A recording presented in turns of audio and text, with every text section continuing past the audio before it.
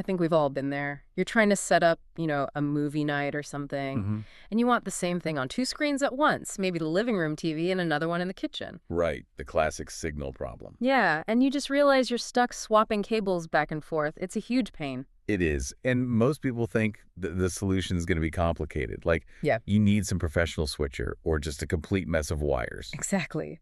Or you just grab some cheap, flimsy splitter and hope it works. So today, we're actually looking at one of those little gadgets. It's the WolfPack 1x2 HDMI splitter. Right, it's about $15. 15 bucks. But we're using it to unpack a much bigger idea, which is the difference between just splitting a signal and actively managing it. That's really the core of this whole deep dive. Yeah. I mean, on the surface, it's just a little plastic box. Yeah. But the engineering inside is all about how you move a ton of data to two places without it, well, falling apart. So let's start with just the physical thing, the design. One thing that jumped out at me right away is the input cable is built in. Yeah, the HDMI cable for the source. That feels like a tiny detail, but it solves that frustration of, buying a new toy and realizing you're missing a part. It's a smart design choice.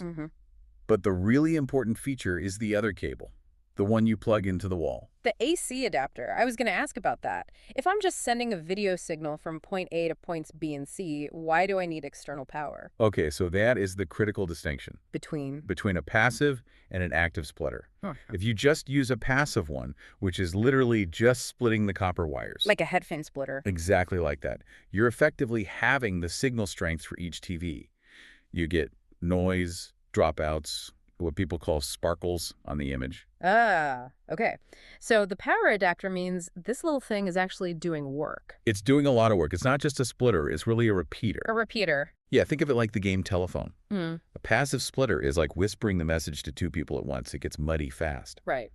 This active device, using that power, it listens to the signal, completely rebuilds it, and then basically shouts it perfectly clear to both outputs. That explains why the specs are so focused on maintaining signal integrity. Now, the source material also talks a lot about digital rights. It mentions HDCP compliance. That's the copyright handshake, right? It is. HDCP is high bandwidth digital content protection.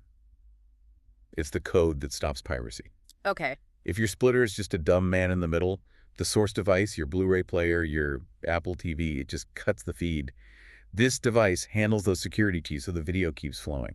The source lists some specific examples, an Xbox 360, TiVo, even the new 3D market. Yeah, definitely shows the age of the source stock a little. It does. But does the tech itself still hold up for, a modern 4K setup?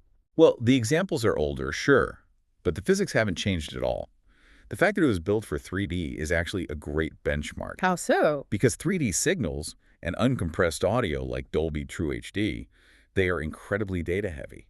This thing supports 2.25 gigabits per second per channel. So even if we're not watching 3D movies anymore, that capacity proves it can handle a dense 1080p stream without choking? Precisely. Mm. And it also supports deep color at 12 bits per channel. So it's ensuring the color and the sound you put in is exactly what you get out. Okay, but what if two screens just aren't enough? Say you're setting up a sports bar or something. You could buy a bigger, more expensive box. Or you could use a feature called cascading. Cascading, you mean daisy chaining them? Yes. Because of that active amplification we talked about, you can plug the output of one splitter into the input of another one. And you don't lose quality. You don't. Because each box is regenerating the signal from scratch, not just passing along a weaker version. I have to assume that helps with distance, too. A huge amount. The specs say it can transmit for more than 15 meters. With a passive system, that signal would be dead long before it got there. Here, each splitter acts like a booster. So a little consumer gadget becomes a tool for, retail displays or a school. Exactly. So to sum it all up, we have a $15 tool that solves the two-screen problem, not by slicing the signal, but by actively rebuilding it. Right. It handles the copyright, the heavy-duty audio and video, and lets you build a bigger network if you need to. It's pretty impressive for the price. And if you zoom out for just a second, that whole logic cascading repeaters that buffer and amplify a signal, that's the exact same principle that runs the entire internet. Huh. We just don't usually get to see the little boxes doing the work. This splitter is like a tiny, tiny model of our whole global information network. It definitely gives you a new appreciation for all the hidden plumbing that makes our digital world work. Thanks for walking us through this.